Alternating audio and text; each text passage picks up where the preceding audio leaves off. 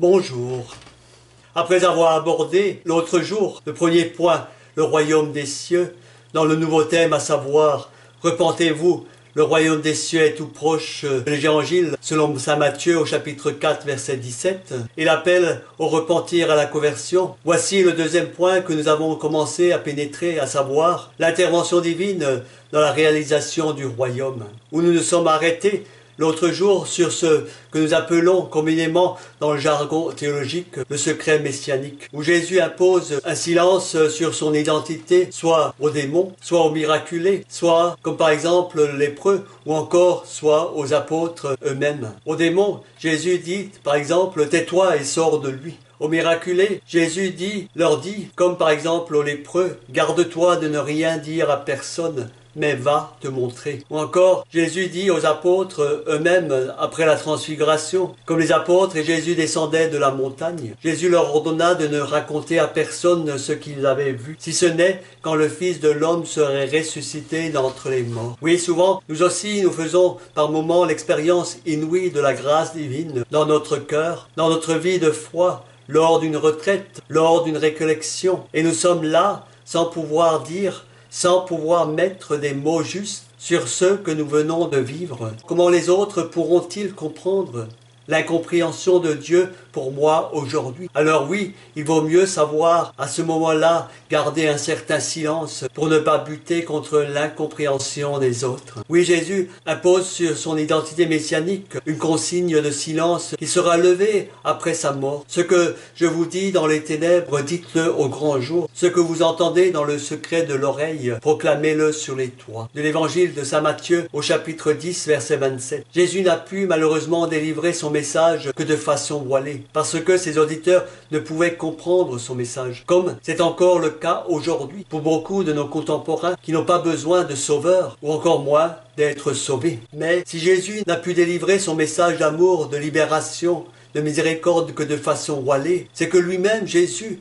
n'avait pas encore accompli totalement son œuvre de rédemption en mourant sur la croix. Pour moi, pour tout un chacun et chacune d'entre nous, en ressuscitant. À ces auditeurs que nous sommes aujourd'hui, oui, Jésus ne peut pas non plus tout nous révéler. Jésus ne peut pas tout nous dévoiler de ce que sera fait demain. Sinon, nous paniquerions tous et nous partirions dans le sens inverse de ce que Dieu attend de chacun et chacune d'entre nous. S'il y a 40 ans, maintenant déjà, j'aurais été conscient de ce que je fais aujourd'hui, en vous parlant dans une caméra, en parlant au public, en accompagnant des personnes de tout âge, de tout milieu, je ne serais certainement pas parti, puisque cela m'aurait semblé trop invraisemblable pour être vrai, invivable à ce moment-là, il y a 40 ans en arrière. Plus tard, les disciples de Jésus, eux aussi, pourront, remplis de l'Esprit Saint, que nous avons tous nous-mêmes reçu le jour de notre baptême, les disciples pourront tous proclamer sans crainte, oui, proclamer ce message d'amour, proclamer le message de libération, proclamer le message de miséricorde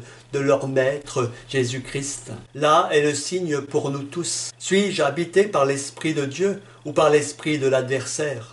L'Esprit de Dieu me donnera toujours l'audace de dire, et souvent à contre-courant des raisonnements de ce monde, à contre-courant des pensées mondaines de notre humanité, ce que le Créateur attend de chacun et chacune de ses créatures. Le même sens des paroles de Jésus dans l'évangile de saint Luc est tout différente. Je ne suis pas venu appeler les justes, mais les pécheurs au repentir. L'évangéliste saint Luc au chapitre 5, verset 32. Que les paroles de Jésus que nous avons chez l'évangéliste saint Matthieu, à savoir, ce que je dis dans les ténèbres, dites-le au grand jour. Ce que vous entendez dans le creux de l'oreille, proclamez-le sur les toits. C'est-à-dire que chez l'évangéliste saint Matthieu, il est demandé à tout disciple de Jésus que nous sommes, que nous formons tout à chacun et chacune d'entre nous, de ne pas imiter l'hypocrisie des pharisiens, car tout ce qui prétendrait être caché finirait bien par un jour d'être connu, mis à jour. C'est ce qui se passe aujourd'hui malheureusement, d'une certaine manière pour beaucoup de prêtres, pour beaucoup d'évêques, même certains cardinaux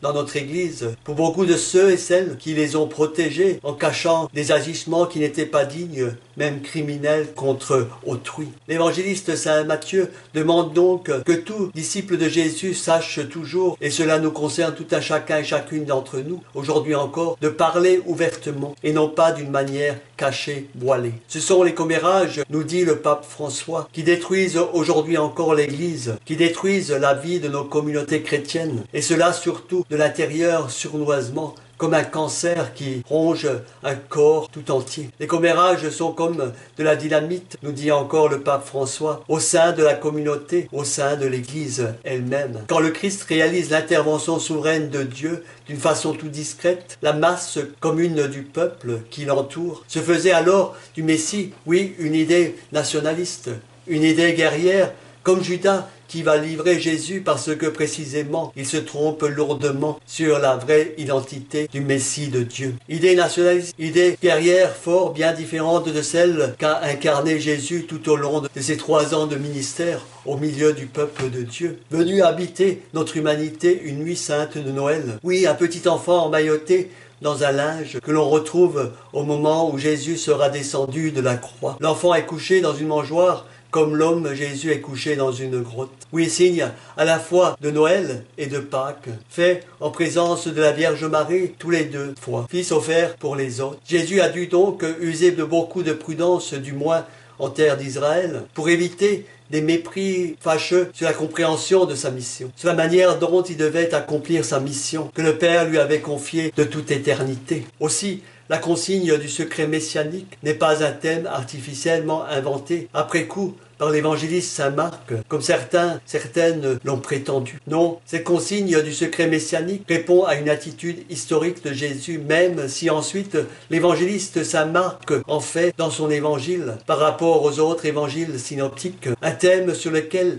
il aime insister tout au long de son récit évangélique. Aussi, nous voyons bien que le Christ réalise cette intervention souveraine de Dieu, non pas un triomphe guerrier, nationaliste comme l'attendaient les foules, mais bien au contraire d'une façon toute spirituelle, à travers les notions par exemple comme le Fils de l'homme, ou le serviteur de Dieu venant payer la rançon. Le Fils de l'homme. Jésus dit aux scribes, les renards ont des tanières, les oiseaux du ciel ont des nids. Le Fils de l'homme, lui, n'a pas où reposer la tête. Un scribe, oui, interpelle Jésus comme un maître qu'il désire fréquenter. Pour lui répondre, Jésus se sert de la sagesse populaire qui oppose l'existence menacée de l'humain à la vie des animaux. Il n'y aura pas où reposer la tête. Le Fils de l'homme décrit ainsi la nature de sa destinée. Non pas qu'il soit sans maison ou sans nourriture assurée par son Père qui est dans les cieux, mais son message va soulever la haine, provoquer des menaces, susciter le rejet et finalement le conduire à la croix. Jésus veut ainsi montrer à son interlocuteur ce que signifie partager sa vie avec lui, comme pour tout un chacun, chacune d'entre nous, qui décidons aujourd'hui de suivre Jésus, en s'engageant aux côtés de Jésus, en le suivant. La personne humaine que je suis, que nous sommes tout un chacun, chacune d'entre nous, renonce d'une certaine manière à toute patrie, à toute sécurité, s'exposant bien souvent à l'hostilité générale, ou pire encore aujourd'hui, à l'indifférence générale de notre monde. Les paroles de Jésus a une fonction d'avertissement, tout en invitant à suivre le Maître, le Fils de l'homme. Cette parole indique ce qu'il en coûte de le faire. Mais arrêtons-nous sur cette notion de fils de l'homme. Ce sémitisme énigmatique revêt 2 sens. Un sens ordinaire, homme, et être humain. À voir ton ciel, ouvrage de tes doigts, la lune et les étoiles que tu fixas. Qu'est-ce que donc le mortel, que tu t'en souviennes, le fils d'Adam, que tu viennes le visiter. Souvent simplement équivalent de je, moi, parfois par modestie comme dans ce cas précis. Un thème théologique par référence à Deutéronome 13, 14 que nous allons écouter maintenant ensemble. Pour avoir écouté ces coutumes, les avoir gardées et mises en pratique, Yahvé ton Dieu te gardera l'alliance et l'amour qu'il a juré à tes pères. Il t'aimera, te bénira, te multipliera. Il bénira le fruit de ton sein et le fruit de ton sol, ton vin nouveau, ton huile, la portée de tes vaches et le croît de tes brebis. Sur la terre qu'il a juré à tes pères de te donner. Tu recevras plus de bénédictions que tous les peuples. Nul chez toi, homme ou femme, ne sera stérile. Nul mâle ou femelle de ton bétail ne sera stérile. Oui, parole du Deutéronome chapitre 7, verset 13-14, où le titre de fils de l'homme désigne le céleste, le transcendant, peut-être l'angélique déjà, voire le divin. C'est à lui, au Christ, qu'est donné le royaume de Dieu. Cet être céleste est plus clairement dessiné, représenté dans le livre apocryphe comme le premier Enoch 46, verset 9, ou en 4 Esdras 13, où il est identifié avec le Messie. Il s'agit donc d'une expression qui se réfère paradoxalement à la fois à l'humilité et à l'exaltation divine, ce qui a fait, malgré de possibles confusions, une clé théologique dans la théologie. Ce titre de saveur araméenne, le Fils de l'homme, signifie primitivement homme. Il me dit Fils d'homme. Expression de Fils d'homme appliquée par Dieu à son prophète qui est propre à Ézéchiel au chapitre 2 verset 1. Sauf dans Daniel 8, 17, il s'avança vers le lieu où je me tenais et comme il s'approchait Dieu, je fus saisi de terreur et tombai face contre terre. Dieu me dit Fils d'homme, comprends, c'est le temps de ma fin que révélera la vision. Aussi l'expression « Fils de l'homme » souligne la distance entre Dieu et l'homme. Cette expression deviendra un titre messianique que reprendra le Christ lui-même. « Tiens-toi debout, je vais te faire de toi ». Ce titre donc de saveur araméenne « Fils de l'homme »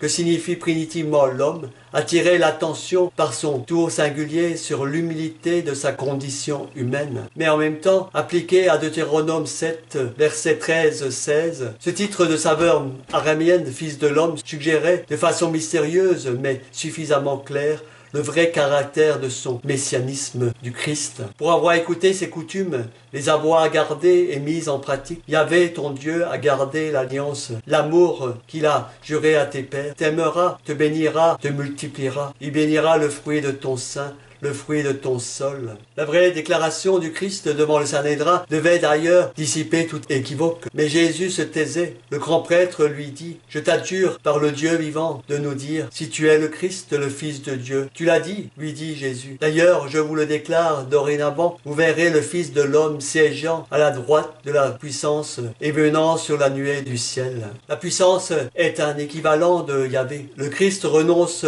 en cet instant même à la consigne de ce secret mystérieux que nous avons vu tout à l'heure, reconnaît catégoriquement qu'il est le Messie, ainsi qu'il avait déjà confessé à ses intimes. Simon-Pierre répondit, « Tu es le Christ, le Fils du Dieu vivant. » En réponse, Jésus lui dit, « Tu es heureux, Simon, fils de Jonas, car cette révélation t'est venue non pas de la chair et du sang, mais de mon Père qui est dans les cieux. Eh bien moi, je te dis, tu es Pierre, et sur cette pierre je bâtirai mon église. Les portes de l'Hadès ne tiendront pas contre elle. Je te donnerai les clés du royaume des cieux. Quoi que tu lis sur la terre sera tenu dans les cieux pour lier, et quoi que tu délies sur la terre sera tenu dans les cieux pour délier. » Alors il ordonna aux disciples de ne dire à personne qu'il était le Christ.